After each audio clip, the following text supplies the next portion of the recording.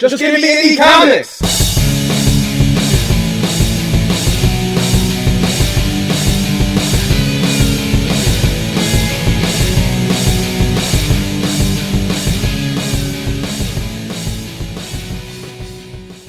Hello and welcome to Just Gimme Indie Comics with me, Aaron Z. Lee. And me, Alex Dexter. We're broadcasting live from the Pens and Pedals studio at the bottom of Lake Ontario. And today what we're going to be talking about are a few things that have kind of been born out of the Cartoonist Kayfabe Ringside Seats group. The first of which is the Wizerd Megazine, brought to us by Cosmic Lion Comics. a.k.a. Eli Schwab, great dude, kind of the ringleader of all that stuff. This is the first book they put out, I think, a few years ago, maybe 2 years ago, 2021. Ooh, is this signed? Sure looks like. Or is that part of the print? That's pretty cool. convincing. It's pretty cool. Eli Schwab's going to be at TCAF this year. That's going to be super cool. I can't go this year, but I wish him the best. Super nice dude. One of these days I'll end up doing a show with these guys. He's a West Coast guy. I'm an East Coast guy, so hard to cross over there. That weird disconnect of that 3-hour delay. Because I've got some friends who live out in Hollywood who do various things like design and like costume design and all that stuff. And they're cool, but I always communicate with them like kind of in the middle of the day. Yep. Because too early and they're just, well, I don't know, they're kind of, at times they're kind of club kids. So you might, when you're still getting ready for work, they might still be up. Yeah, they might be out. They're actually big in the goth scene out in LA and Hollywood, which I kind of like. I think we had a conversation about the goth philosophy of like there's horror and bad things in the world. Yes. But it can still also be beautiful. Mm-hmm. Which is totally my viewpoint too, especially in light of recent events. But I don't want to get too dark right off the bat. But plus you get gothy stuff that's just fun, like the Crow. Does that still count as indie comics? It's gotta. It's far enough in the past where it by no means was mainstream when it came out. It just hit that cultural zeitgeist and then had the boost when the unfortunate death of Brandon Lee, which really kind of cemented it as like that sort of a legend. Mm-hmm. Like the whole story of it. Yeah, and I understand that they keep trying to redo it. Heard, that was something that popped up in my news feed kind of recently, that they were trying to. I don't know if they were doing another movie. It wasn't a show. Yeah, I think they were trying to get the groundwork for another movie. Yeah, I mean, I don't know. After you do the first one, I kind of feel like it's tough because there's not as much to draw off of, and there's been so many sequels, and now you're having to recast. And for all the tragedy of that original Crow movie, they were still able to put together a pretty darn good movie. Like it's probably one of the more faithful early comic book movies, and for it to be based off of something indie is really kind of cool. And like even like they use miniatures for the city, like when they're zooming in on it. Didn't bother me at all. I kind of love that stuff. Mm-hmm. Like there's because it's like magic, right? It's the fantasy of it, even if it's a sculpture of a real thing. The practical effects of cityscapes from yesteryear, they're starting to go back to a lot of that in movies. Like they're going back to practical effects and models. Weta Workshop is still the be all end all, the epitome of that. Like, it's just, we made a sprawling worldscape that's the size of an entire room that we film in micro, and you'd never know the difference between that and and digital, the New Zealand landscape or wherever they were filming. Yeah, it's funny because like when we were younger, we'd probably watch a movie and be like, "Oh man, like isn't it gonna be awesome when they have graphics enough to do this, and this?" And then now they can do it, and it's not with everything, but like a lot of stuff is like, ooh, I'm kind of glad. I kind of wish they didn't. One of my favorite stark reminders of like one of the first technological leaps of that exact moment was I was watching a Blu-ray of Hancock of all movies. Oh yeah. And the CGI they used was so glaringly bad when you upscale everything. Yeah. It's like, oh boy, you can tell that that's not even... They like green screen one part of this, and it was just not good. Yeah, like going practical, like it just ages so much better. Even if the resolution of the film or whatever, like, isn't great, but the resolution of film is actually pretty decent. Yeah. Though. Like it's actually probably much better than it would need to be, and it can actually be enhanced too. Mm-hmm. If I remember my 35mm photography. That's the funny part. It's like technology for the sake of technology at the time. It's like they probably could have pulled off practical effects. Well, it's like oh, this is kind of fun. The what if Hostess Fruit Pies had saved Valiant Comics from the suits. But I'm not picking on this at all. I think this is kind of well done. But all this like newsprint paper with the halftone dots, all this stuff was the byproduct of a mechanical process, like the printing process. But now doing this all digitally takes way more data than the physical process. It's all the printing. texture map of however it happens to be laid out on top of everything else that's there. Yeah, so like the printing process of this, like, it doesn't even include data. It's just like, well, this is how we do it, boom, boom, boom. But if you want to recreate it, it takes like so much more layers than if it was just like the line art and the color. Yeah. So like so much, it could like crash your computer. Oh, yes. And I have crashed Adobe Illustrator many times trying to do dots like that.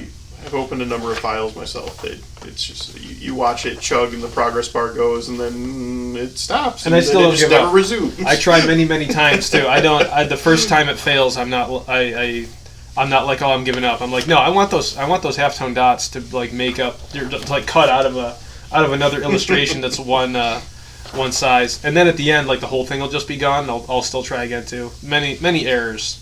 I'd like to go into that. This is from the first one. This is an interview with Diana Schutz, who was an editor at Kamiko and Dark Horse, and has since retired, but really cool figure. I caught an interview with her online because when the pandemic happened, everybody was just like they would go to a college or something like that. And instead of doing the talk at the college, they would do it online, so anybody could just kind of pop in and see it. Yeah. And you could do it from anywhere too. This whole project came about because of the pandemic, and Cartoonist Kayfabe kind of, it was before the pandemic, but it really took off during the pandemic because everybody's stuck at home. It's a great way to stay connected too. You know, nobody can really go to conventions because there weren't any conventions, and everybody's got a little more free time because you're not going to the office or doing any of the normal stuff you'd be doing. Yeah, as a teacher, like my schedule was totally changed, and we had to do like check-in assignments on Wednesday because they were concerned about screen time with students. And the net result of that was like we would have like office hours and would meet with people, but a lot of the time it would just be open because like nobody really wants to meet because they don't. I don't know. They got other stuff to do. These are Evan says, "Howdy, fellas. Howdy, Evan." Hello, Evan. Hey, look at this great technology that's working. Oh, you canceled the camping trip due to bad weather. Well, that's unfortunate, but hopefully you enjoy the weekend still with your family. We won't force Lucy on Alex if he doesn't want to hold her. I totally get it. Like before having my own kid, like it was not something I was jumping to do. But what was I even saying? I was talking about like how this whole thing kind of got supercharged. Like the core group of people who did this kind of met on Zooms all the time, and his page the concept. Back here. So I think it's like once a year or so. Reddit will do like an image, and basically everybody does like a pixel, and like it just everybody fights over this. I forget exactly how big it ends up being, but they try and make one big artboard. And it's just like everybody battling over different pixels. So like sometimes people will plot out like the XY coordinates and like try and make a stamp, kind of like maybe this Joker face or the Moomin. Yeah. And I think that's actually so it's Cerberus. Cerberus. Yeah. Sorry. No, but it was the right correction. I was trying to remember because like I bought some of the Bavark stuff, and I was like, they go back and forth, and then there was an interview in the back of the I would actually prefer it if it was Moomin, actually. Yeah. But anyway. But that's just it. So like the whole thing is like they plot out the XY coordinates, and everybody's trying to like fight over this whole thing to make a cool image. And sometimes it works, and sometimes people just like carve out these ugly things over the top of it. So it's like a graffiti fight at the same time. This reminds me of all that '90s Microsoft Paint fan art. Oh yeah, yep. The stuff where like I downloaded a bunch of this stuff and turned it into screensavers and stuff back in the day. And I remember that was the day when like your file would load in like. Oh yeah, you're on the old 56K modem. Oh yeah, and it's just chugging along to get that, you know. I downloaded the 486 kilobyte. I remember for an hour I downloaded the first X-Men movie trailer. I once tried to download Akira. It took 3 weeks, and I found out that it was a 5-minute clip. That's soul crushing. Such a great like I don't really know exactly what happened in that movie. I mean, I know the characters, and there's like a mutated guy, and it's Tokyo, and there's bikes and stuff. Yeah, I mean, you pretty much covered it. But the animation in that is like so fluid. I think I saw that movie pretty early on. I think it might have been on like the Japanimation block on Sci-Fi Channel. Back when I had Sci-Fi Channel when I was a little kid. I still have my VHS of it that I bought at the comic shop. Oh yeah. I also have the Blu-ray from like when they did the 25th anniversary of it, but that was like the first anime that I think I ever remember watching that was like true anime. Yeah. As opposed to, you know, when MTV was running stuff like Aeon Flux, where it was very close. Very close. But the thing about watching Akira as the first anime is like it sets such a huge, like it's such a high standard for animation. Everything else now will look terrible for the route. Maybe not terrible, but for a while, yeah, like it was a difficult bar to hit because the next one that I bought was Vampire Hunter D. I haven't seen that one, but I know it's well respected. Yeah, because he's got that's another long time manga artist that just like the Vampire Hunter D storyline is hugely long. Yeah, I can understand why they want to kind of truncate that, but also the business kind of dictates that it has to. Oh, this is kind of fun. This is a Jack Kirby robot. I'm all getting about distracted. Yeah, I'm all about those robots. That's fun stuff. But Dave Baker, writer of Night Hunters, and also Everyone is Tulip, and many other good books. He's working on something new right now with Halloween Boy, I think is the name of it. I follow him on Instagram. Gotcha. But oh hey, look, here's a little preview of Night Hunters because this was back in the day. But it's a little reminder of what we did a month ago. Yeah, look at that. It's a little callback for the Alexis Surrett. And we did that interview. Cayetano, Evan, and I did an interview with Jeffrey Lewis a couple of weeks ago now. But Mr. Jones, he does the baboon, Jamie Jones. But yeah, Jeffrey Lewis, that interview was pretty cool. I'd like to do some more of those, and I think we are working on that. I don't want to let the cat out of the bag on the people we're considering. But, people with local connections to upstate New York and such. Yeah, but that's kind of a fun a fun thing. A whole bunch of content in there. This is kind of the beast that just came out. It's been a long time coming. The cover of this by Matt Allison, I think it's Matt, and Sam J. Royale. So Matt Allison does a book called Cankor. I'm not sure if I still have it over there or if it's on my bookshelf. But kind of like a surreal horror slice of life thing with like it jumps around a lot. It's very surreal. Big cable vibes. Yeah, like cable Batman. Muscle robot. Yeah, and in his book, like the faces are in the torso of the bodies. Okay. So it's very strange, but like he's a very, very good illustrator. Like for my taste, he's excellent.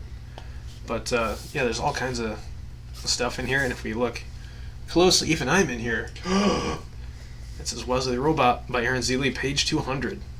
But that's what's cool about the Cartoonist Kayfabe communities. There's so many people who do so many different things, and they're like super accepting too, super positive.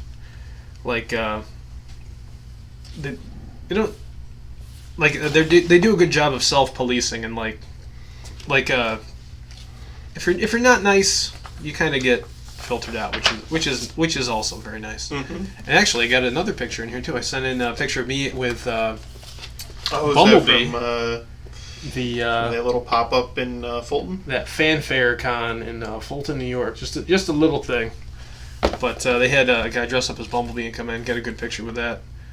So it's kind of nice to get because that's a pretty good picture for like how small that con was. And we got Ken Landgraf, double page spread of Ed Piskor, who's one half of the Kayfabe group, and Jim Rogue is the other half. He's done like Red Room. Yep. Have you picked up? I have. I got the free comic book day one, but I also have the actual issue. I have all of them. I haven't read through all of them yet. Some controversy just because it's kind of. I mean, it's designed to be edgy and violent and all that stuff.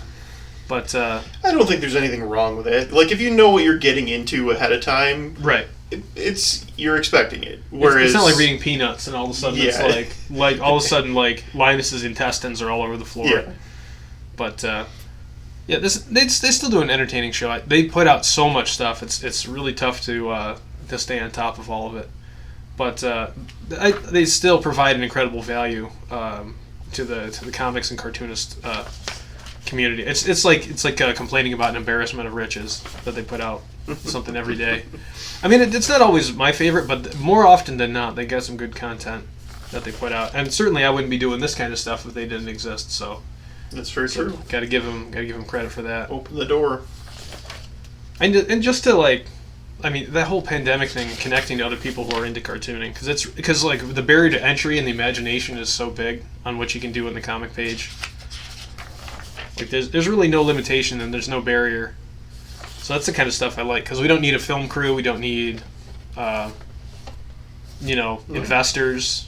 All I need is pencil and paper. But some cool stuff. Here's Ed Piskor as Professor X, and Jim Rugg is Omega Red. And their third guy, Tom Scioli, is Black Tom Scioli.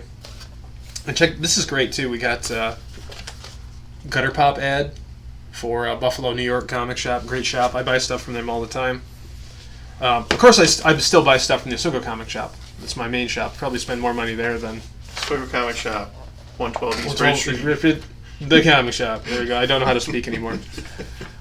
That happens to me sometimes when I'm teaching too. Like my brain and my mouth just disconnect. You just trip over yourself for a second there. 112 East Bridge Street. The comic shop.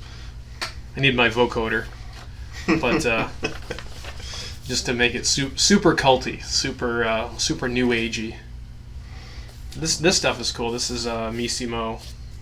That's his pen name.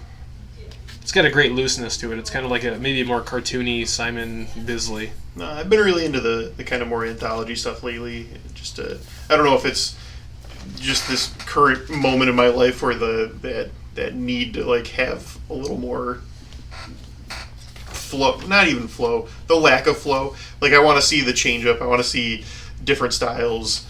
You know, what, even if it's just a 2-page snippet or like one well done page or something, I kind of want to see as much variety as I can get.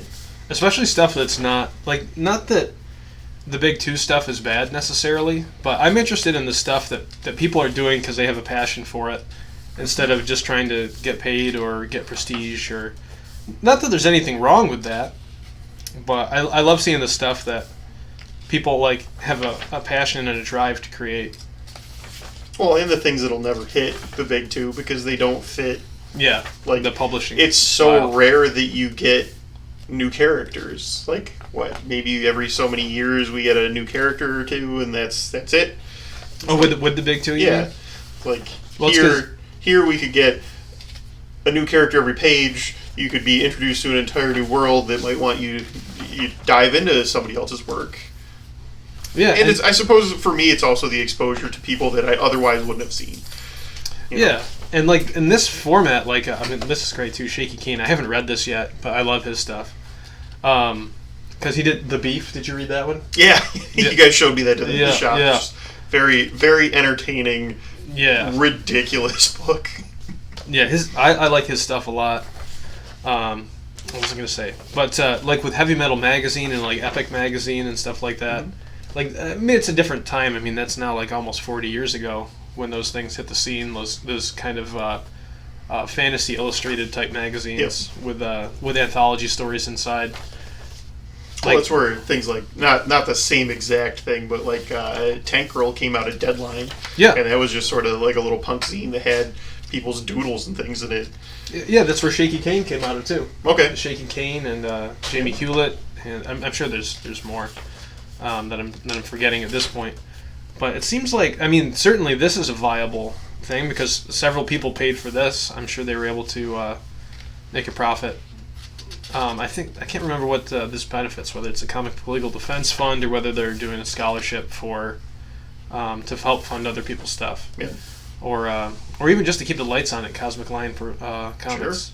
Sure. But it's a cool community thing. Like people submit stuff. I submitted stuff to this because it's more about being a part of it. Certainly there's exposure there too, but just seeing your stuff printed alongside other work has some nice validation to it. That it's not just you alone in the wilderness. Sam Blanchard, he's a nice dude. I've hung out with him on a few. I hate that too. A few Zoom calls for the group. Barry Tan, very talented illustrator. I haven't met him, I don't think, but he's really good at what he does. It's not that it's meant to be a solicit, but sometimes this ends up being a solicit for me, where I'll go look for these people's material after the fact, see what they have available. Yeah, and maybe it's not even. Maybe they don't have anything for sale yet, but you can throw them a follow on social media and see what they got going on. Like this guy, Dr. Ben, I really like his style. This is like so totally different than anything I would ever do. But that's the stuff I usually really love, is the stuff that's different from what I would do. Like he's just getting in there and just drawing stuff. Mm-hmm. And I just love the wiggly lines and like the textures in there. Not that it was comics, but my first exposure to things like that, where it was like home movies from Adult Swim, if you remember that, where it was just super simple cartooning. Didn't what was it? Sean Benjamin was like the voice of a bunch of the characters in that. But I forget who... Was that before, like, I want to say, like, Dr. Katz? Was that, like, the precursor to that? It was after Dr. Katz. Same guy, though? I think so. But same idea, where it was, like, it was less about what was going on in the art and more about it just being kind of the blanket for a talk show. Yeah. Dr. Katz especially, where it was mostly just a vehicle for the audio. Oh, okay. But that was like it. So they're just trying to like get these simple ideas across, and they're just like you're just getting it down there. You get the idea of what's going on. Yeah, and there's something like this has so much more character than like any comic by the big two that has like just somebody trying to do like a House Marvel style. Mm-hmm. Like it's just got so much more character and life in it, and like the stuff that's even chosen for the details is just so interesting and like so clearly drawn by hand too. Yeah. I mean, I do a lot of digital stuff, and I'll use like a line straightener and stuff like that too. But I always fight between like keeping it really trying to be clean and tight, and then also like loosening up a little bit. There's always those fights in there. Rick Veitch, I have a couple of his books. He worked on Swamp Thing with Alan Moore and Stephen Bissett, John Toddleben, that whole team. Yep. Really, really good cartoonist, like one of our living legends right now. Who's still doing his own thing. Like he sells books on Amazon and also through his own store, does like a print on demand thing, and it stayed up to date too. Like his current stuff is digital. Okay. Which is, I mean, not to say that you can't work traditional. Well, just it becomes easier. It could, like there's a little bit of that cost effectiveness that gets thrown in there too, where if you're churning and burning ideas and you're throwing away paper after paper after paper. And yeah. You're not doing yourself or anybody else any real service there. Or if I'm sure that the big Bristol boards I have that are like easily $15, and if you're doing like graphic novel after graphic novel, they only get 24 per pack there. So adds up quick. Eventually, like it probably would be the cost of a computer or an iPad. Yeah, some other stuff going on here. It looks like Aliens. Some slice of life stuff with the Batman. Oh, hey, freebies. I was going to submit a freebie thing too, but I just never got around to it. Maybe in the next one. Next time, maybe it'll be the Gimmie Indie Comics. Oh, yeah. Throw in a little just for fun thing. Yeah. Oh, yeah. That brings me back to another thing. We got to think about something to do for the Gimmie Indie Comics. If it's you and me, or you, me, and Evan, or whatever, you got to think of a concept, like some kind of combination, and submit maybe a 1-pager, maybe a 2-pager. Yeah. Submit something to this, and then we can put that out in the next Comic Shop Makes a Comic. Should that ever happen again? The thing that I drew something on stream for, and then for the last 4.5 months have forgotten to send to anybody. Yeah, I mean, there's stuff like I moved forward a little bit on working on Evan's cover. Yeah. Nick Cognetti, and I moved forward on it. I just haven't colored it yet or scanned it yet. But there's plenty of stuff that even I have to do still. Nick Cognetti, he does a book called Pink Lemonade. I've chatted with him a lot online, and done some fan art of Pink Lemonade. Super nice guy. We're friends on social media. We did a thing maybe 1 year ago, 2 years ago. I can't remember. All the time it's just put together. But it was the Indie Comics Union, and so it was a lot of like independent creators who were just doing fan art of each other's stuff and kind of like working together to increase the viewership of all the books together. And he drew Wesley the Robot in his. Actually, a couple people drew Wesley the Robot. Which I remember really you showing me that stuff. Yeah. Okay. I mean, very fun. Yeah, anytime you see somebody draw your character, it's pretty darn cool. And I have something else too. Like another person drew my character recently, but I'm not going to release that probably until like earliest October, maybe next year. Evan says the comic shop makes a comic eventually 2 years ago. Yeah, should that be what the title of when it finally comes out, like alternate realities? And there'll be an alternate reality where the comic shop does things within a month. Do you put the doomsday clock in the background because it's the same time frame? Is that our story?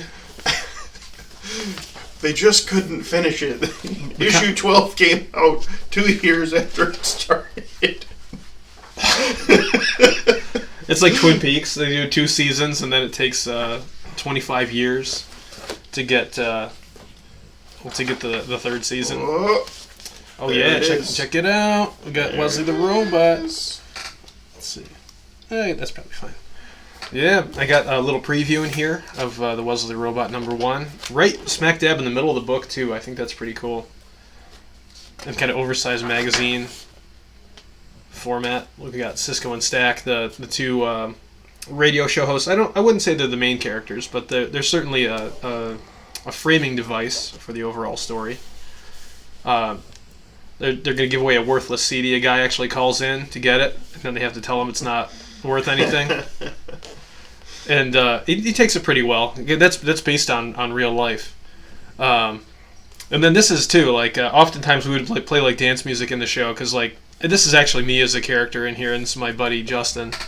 And then we have our DJ names in there. But oftentimes like we'd just be like dancing in the window of the radio station as people would walk by, and they'd be very confused, because we were at a tech school, so like maybe not the most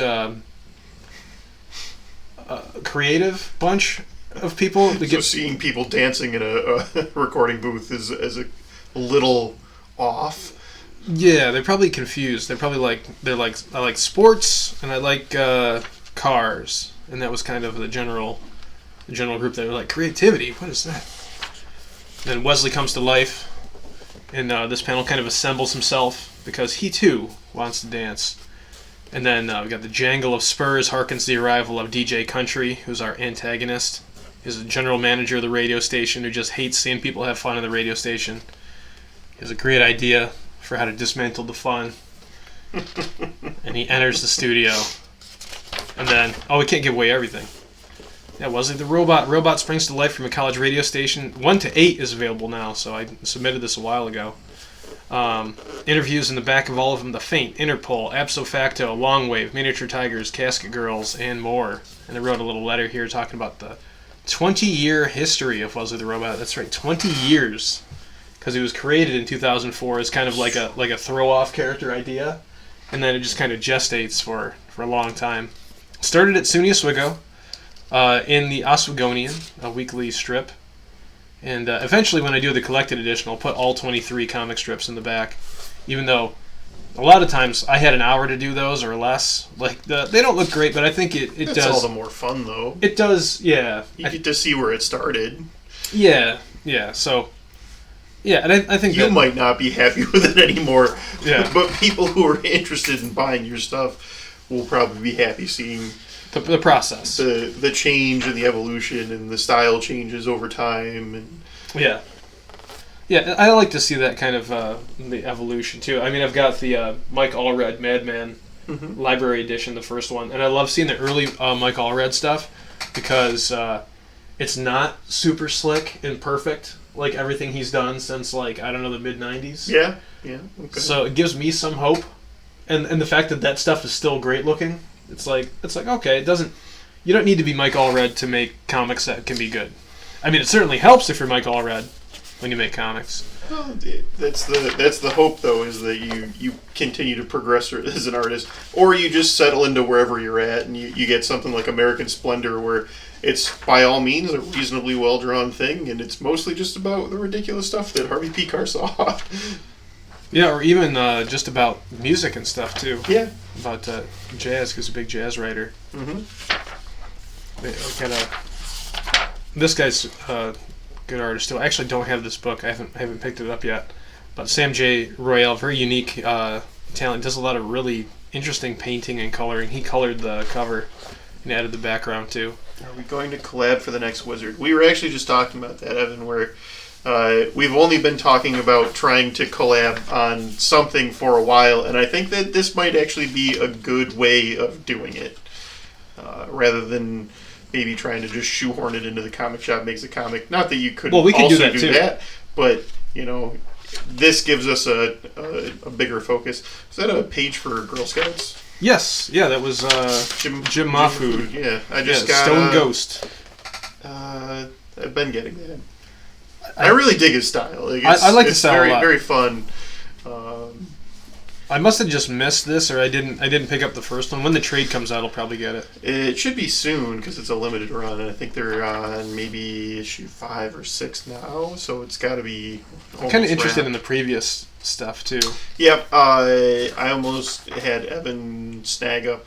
There's another story from this current time frame, and then there's a much older Girl Scouts one from maybe 10 years ago, I think. Yeah, I mean, I did hear him tell the story. Originally, it was just GIRL, Girl Scouts, and the Girl Scouts of America were kind of This is more fun, but yeah, that's a very. What also kind of harkens back to the Riot Girl movement of the '90s too, which I think is appropriate. It's so much better. Sometimes when people come out of the woodwork to be like, "Hey, you can't do that," and it's like, okay, well, what am I going to change it to? It's like, oh, this is actually way better. Mm-hmm. Which I find does happen, which is pleasant. We've been talking a lot about client work today, and it is the rare occasion where somebody who doesn't know anything about design or communications or marketing comes out of the woodwork and is like, I think you should do it this way. And then you if you're open to it and you actually think about it, and then you can go, actually, that is a good idea. Sometimes you need that outsider thought that it's okay, you're bringing the not really the layman, but as close to it as you can get. This is what you want. Well, okay, we'll give it a shot. Sometimes it works. Yeah, sometimes if you're open to those ideas. Disaster. Yeah, probably more often than not. I think that's why it stands out in my mind as like working that one time because it was. It was the exception. Yeah, because like somebody who had no knowledge of marketing came out with an idea and it was like, actually, that's a pretty good one. Yeah, this has got some great line quality in there too. Evan's setting us up for failure already. He says, divide up the labor, create something fun. That sounds like a group project, my number one crux. Well, Evan also talked about a 5-page story. Now he's like solid 6 to 8 pages. Let's come up with a concept first, and then that'll probably dictate what we get. We need like somebody to just be standing by with a pad and paper the hour after we're done with the podcast and just start writing stuff down. Could be. Like what were we talking about? Like trying 14 pages? Oh my god. Why not 28? You just if they're all splash pages, yeah, let's do it. Because that would be easy to get done at least. 28 full page crowd scenes with God. Cars and horses. Oh.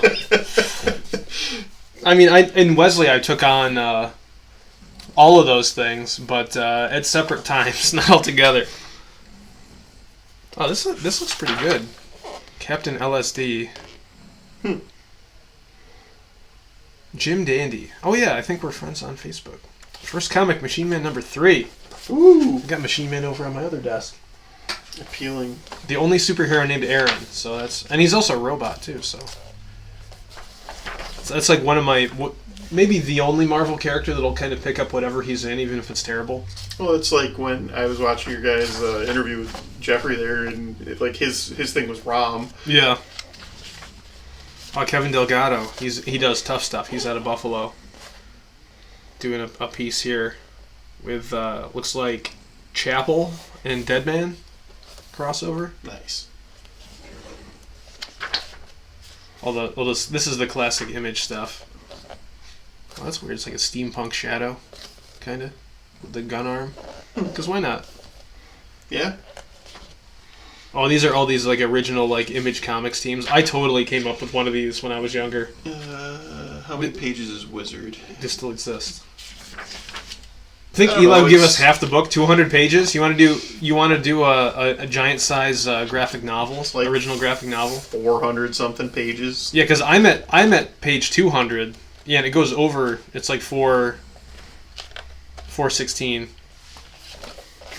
pages. This is it. It's the comic shop writes a sweeping epic.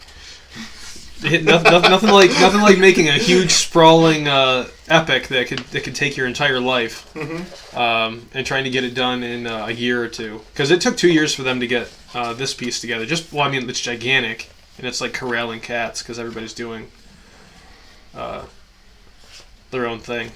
That's why I submitted something that I had already done, but I don't want to give away like the part 6 without having the beginning in there. And even though it's old to me, it's new to somebody else. I feel like this is a guy who you might like. I bought a couple books from this guy. This is Tony Farrow.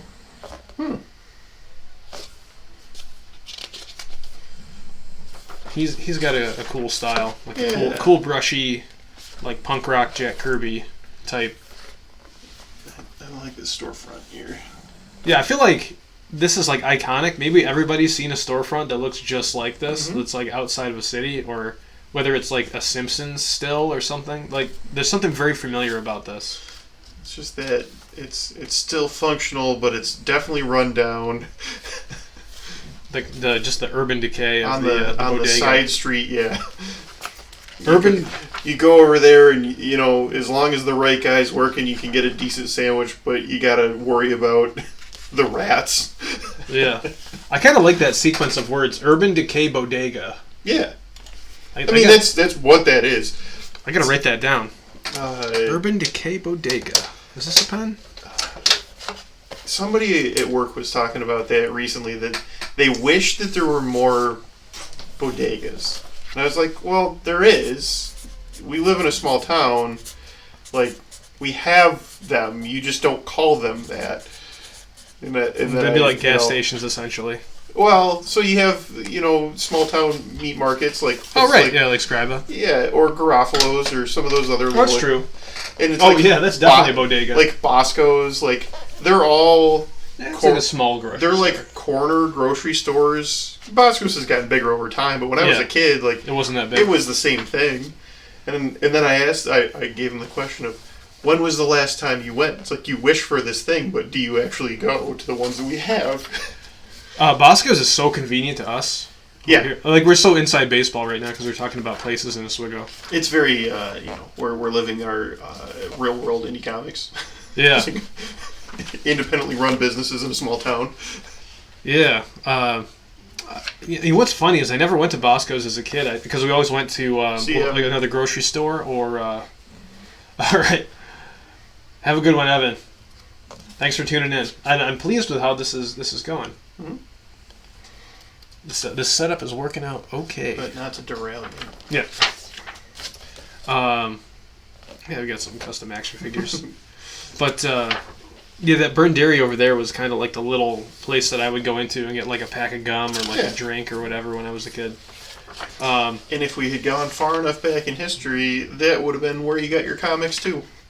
Was that a newsstand? They absolutely had spinner racks and magazines and other odds and ends.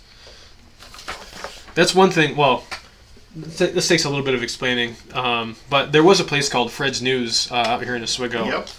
Out over on Utica Street, and I think that's the first place I went that had like a lot of comics because the grocery store, or not grocery store, the drugstore in Mexico, New York, had like Spider-Man classics, like reprints of the Steve Ditko stuff. It's the same stuff that Captain I remember seeing on like the spinner rack at Tops. Yeah.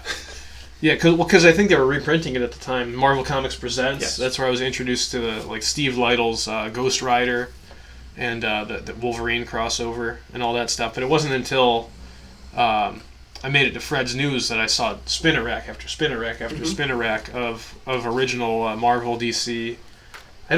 Maybe Image was distributed through the newsstand. It might have been. Probably not Fred's because I don't recall. I don't know. I would have to touch base with some of the people that I know. Market, right? Yeah, I know some people who knew that family, so I could probably pick their brain and say, hey, do they ever remember ordering comics? That kind of deal. And see if somebody in their 70s or early 80s remembers what they were ordering 30 years ago. I mean, it's possible that they would remember. This is kind of an interesting sale. This guy James Windsor Smith, he does a lot of art stuff. He's always posting stuff. He's very active in the group. I've interacted with him a bunch of times. Seems like a really nice guy. He's somebody who experienced I think multiple strokes. So he's had to relearn how to draw at least once. That's pretty impressive. Yeah, and I like his stuff a lot.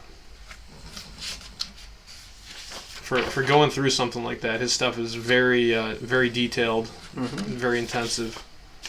So kind of an inspirational story there too. And in my art class, I start off every class playing a TED Talk video about this guy who draws a little character named Spike, who's just a little cartoon face, just making the case that everybody can draw. And he ends the video because he has people do a draw along essentially, and he ends the video talking about him going into a assisted living facility. Where everybody in there has experienced a stroke, and he comes in and does the same drawing thing with them, and they're all able to have a varying degree of success, or maybe even draw better than him too. But the thing is, all of them have experienced a stroke that has affected the dominant side of their body. Yep. So they're not even drawing with the dominant side of their body, and they're still able to do these drawings. So I mean. That's pretty cool because you hear so many stories like Frank Frazetta having a stroke and then kind of still working on art but kind of giving up on it. It's just nice to see people continue to do whatever they can with the ability that they have. There's actually I can't remember the artist. I follow him. He's passed away, but he had ALS. Oh wow, that which becomes the you're you want to keep going, but you become more and more exhausted, and you lose more and more motor control. Oh yeah, until it's all gone. But this guy had he was able to get connected with a drawing technology that actually followed his eye. Oh, wow. So, like, he would, like, lock on. It would have to be, like, a contour line drawing. Sure. You couldn't pick up the cursor once you did that. And I'm not sure how long it would take to, like, connect a line. But he was still going. But people were working with him to get those drawings onto his social media. And they were pretty darn good. Yeah. So, like, it's wild what technology can do now and what it can do in the future. Like, will normal people just be able to, like, hook their eyes up to its screen and just start drawing that way? Like, I'm too tired to use my arms, but I'm going to keep aching this. You know what I mean? I feel like that's a possibility. Oh, we're like almost at the crossroads of an awful lot of technology. Like, currently, like, I've got the Oculus, so I have the Google Draw, or I forget what it is, but like, you just go into the 3D space and draw in that 3D space around you. And it's like, if you can do that, it's like, okay, well, like, what other sort of accessibility technology you have so that you can give somebody with limited mobility the ability to just draw in a space like that? Or even as, like, an engineering thing. Like, you do a lot of production stuff. Mm-hmm. Like, that, like, would you find that useful to, like, maybe even to, like, do a... Because then you don't have to do, like, a physical mock-up for somebody. Yeah. Everybody just throws on the Oculus, and you're like, I already built it. Here it is. Take a look around it. Like, this is what we're going to build the spec. Man, like, even that as an application is pretty good. That's one of the things that kind of impresses me. Like, while Sarah's doing 3D modeling stuff, it's like she's getting better and better all the time, to the point where it's like, oh man, it's like, if only I could possess an ounce of that, it would save me so much time in my own life, because you could just say, here, look at this reproduction. I don't have to do any more. The end.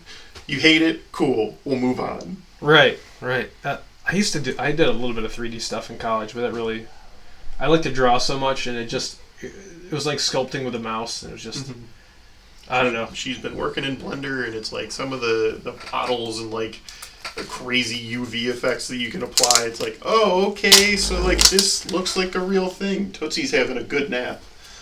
I know. I feel like I should. I could probably switch it. Tootsie Cam? I'm gonna try for a Tootsie Cam. Let's see I might ruin the whole thing, but it might be worth it.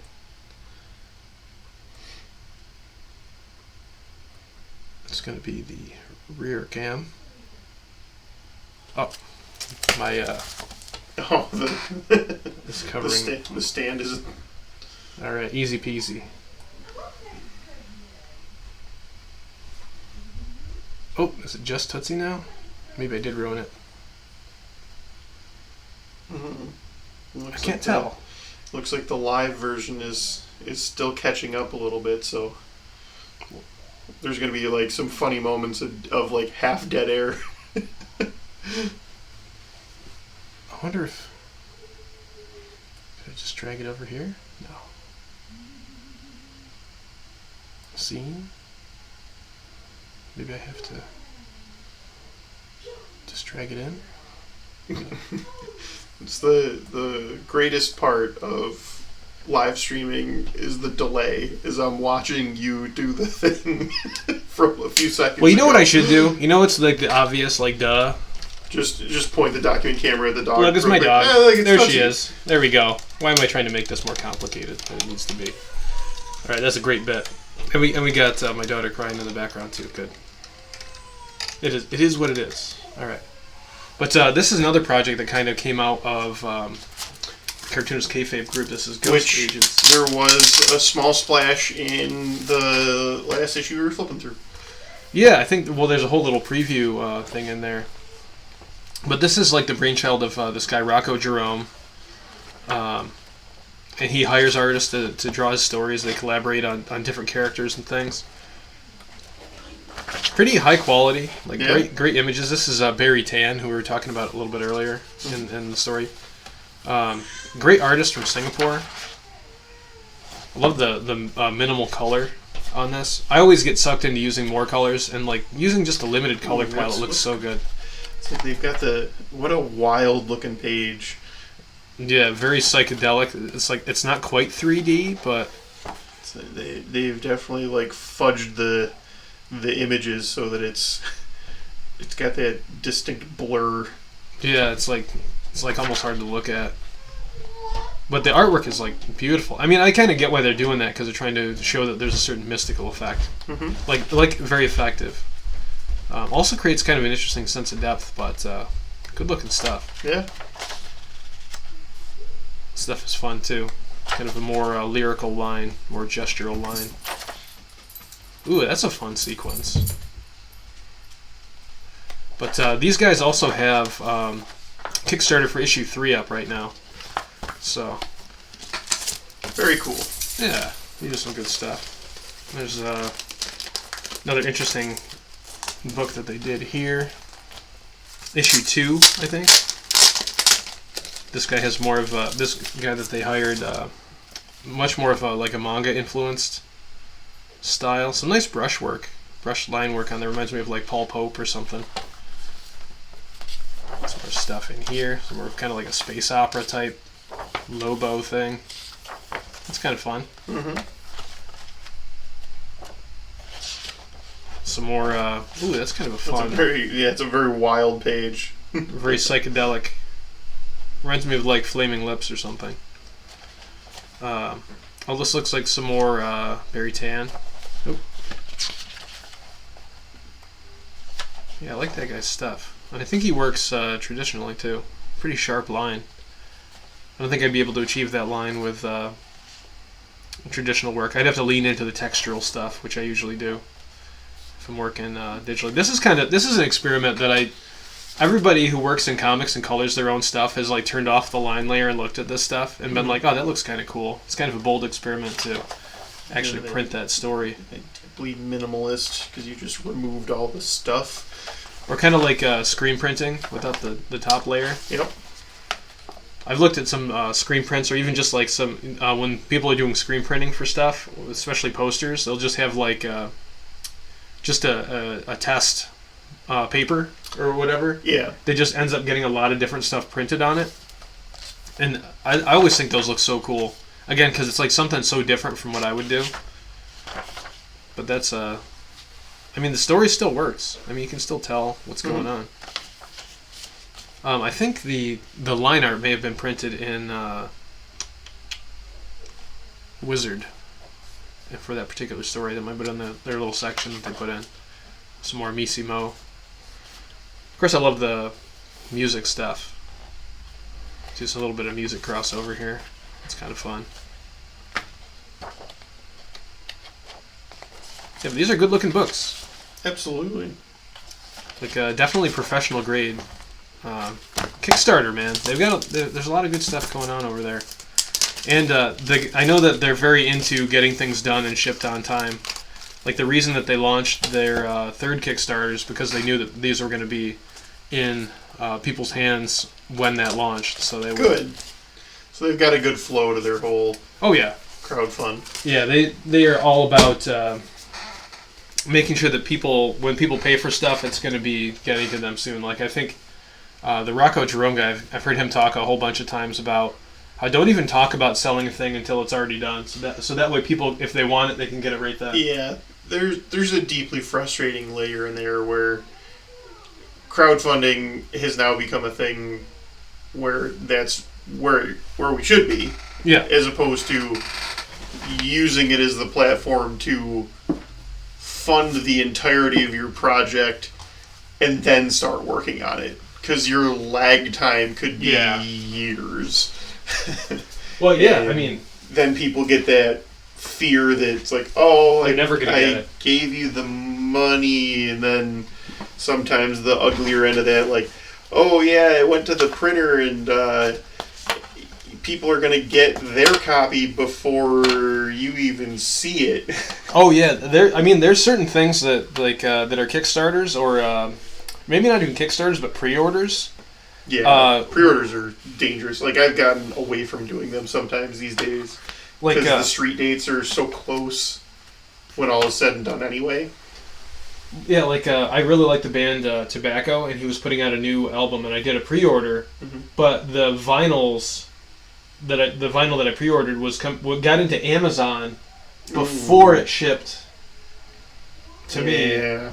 And That doesn't feel good. And I was like, that's not a pre-order, that's a post-order. Yeah. It's like you got the money and I get it after Amazon. Yeah, it feels bad. Yeah, I mean, I know in vinyl, getting made is on such a delay and stuff. He probably hated the whole situation too. I would imagine. Nobody wants it to play out like that. It's just, it's definitely a big feels bad. Like, like your fans aren't even getting the thing that they pre-ordered before they could technically just buy it. Okay. Yeah, but it is what it is. Yep.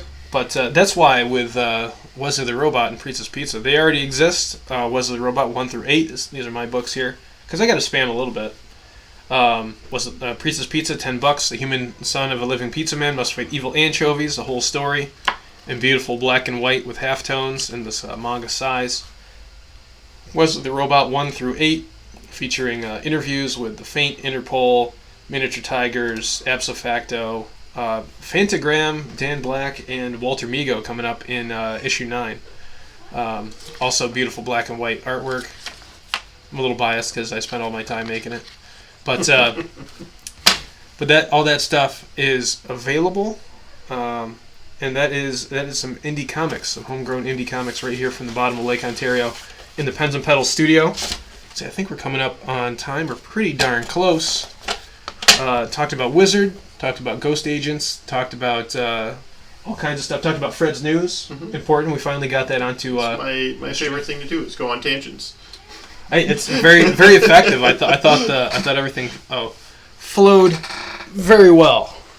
All right. So with that, give me more indie comics.